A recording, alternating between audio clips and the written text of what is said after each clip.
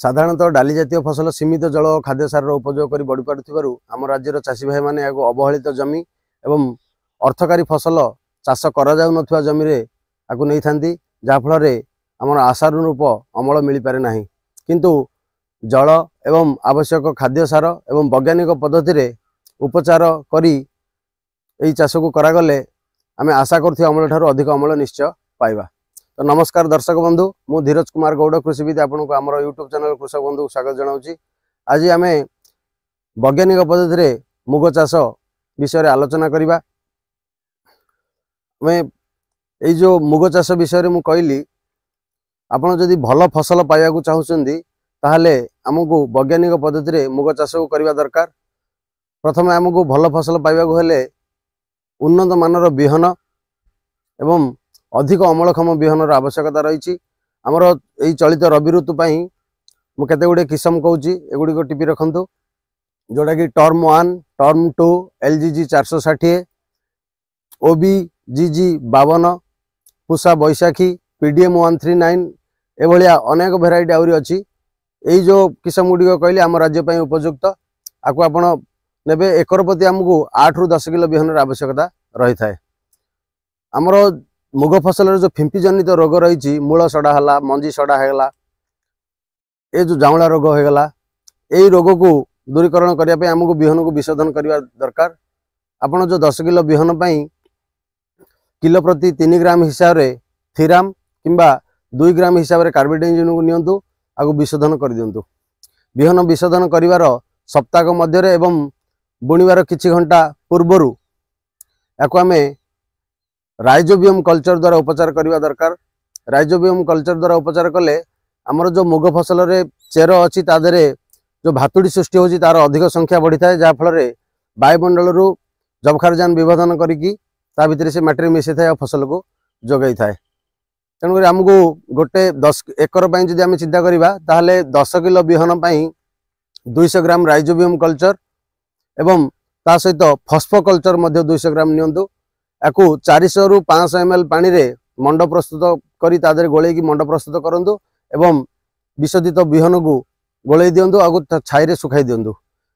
किछि घंटा परे देखिए आमर बिहनर चारिपटे गोटे प्रलेप सृष्टि होइथिबो ताको आमे उपरवाला जमी रे बुणी देबा दरकार।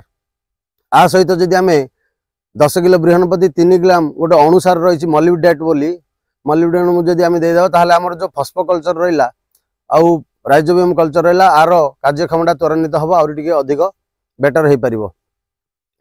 जमी प्रस्तुति कथा जदि आमे कहबा मुग फसल रे जमी प्रस्तुति निहाती आमर गुंड माटी दरकार। आपण ट्रैक्टर रे चाष करबा सहित जदि आमे पावर टिलर रे करबा ताले भल भाबे माटीटा गुंड होई जिवो। आपण आ गोटे जिंस वैज्ञानिक पद्धति रे आमे चिंता करबा जदि ताको आमे धाड़ी रे बुणीवा दरकार।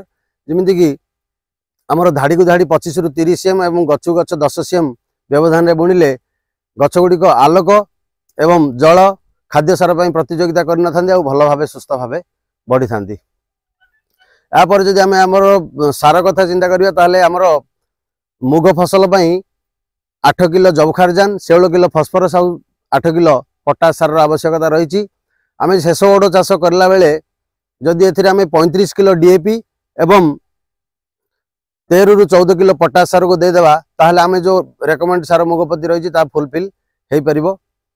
तापरे चिंता आमे करिबा पानी जलसेचन कथा। जलसेचन मुख्यतः आमर मुग फसल को कम आवश्यक होता है किंतु जेतले आपण फूल धरिया समय रे गोटे आ गोटे जेतले आमर मुग ये रे पट रे दाना जेतले धरे सेही समय रे गोटे निहाती आमर जलसेचन आवश्यकता रही।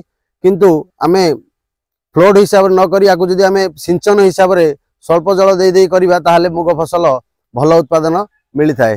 तेणु करी आपण जदि जो बाजार रे मिलुची स्प्रिंकलर जदि आमे लगे दबा ताहले गोटे मुग फूल धरिया पूर्व गोटे आ गोटे दाना धरिया पूर्व गोटे दे दियंतु। आ गोटे समस्या मुग फसल रहिला आमर घास नियंत्रण। मुग फसल रे साधारणतः 3 सप्ताह बेलू घास बाछि देबा दरकार। आवश्यक पड़ले 45 दिन रे आउ थरे घास को बाछि देई आम कोड़ा खोसा करदेबा दरकार। एटा रहिला आमर मानुअली। आ जदि आमे रासायनिक कथा चिंता करिबा ताहले आमर 2 प्रकार विधि रे करा जायते गोटे प्री इमर्जेंस आ गोटे पोस्ट इमर्जेंस। प्री इमर्जेंस अर्थ होला आपणकर देखंतु बुणीबार दिनटू धरिकी 2-3 दिन मध्य स्प्रे करा जाय थाए। आ गोटे पोस्ट इमर्जेंसी है आमर जो मुग गजा हेबार 15 रु 25 दिन मध्य स्प्रे करा जाय थाए। तो प्री इमर्जेंसी कथा जदि आम कहवा ताले आमर तापे गोटे तृणनाशक रही पेंडिमेथालिन 30% EC जोटा कि आमर 1000 ml रु 1200 ml गोटे एकर प्रति आवश्यक करथाए। ताकू आम 200 लिटर पानी रे मिक्स करी गोटे माटी उपरे स्प्रे करा जाय थाए। जोटा कि आमर बाजार रे आमर UPL रो दोस्त नाम रे आछी, आमर धानुका टॉप नाम रे आछी, आ गोटे टाटा कंपनी रो पानीदा नाम रे आछी, ताकू आपण व्यवहार करि परिबे।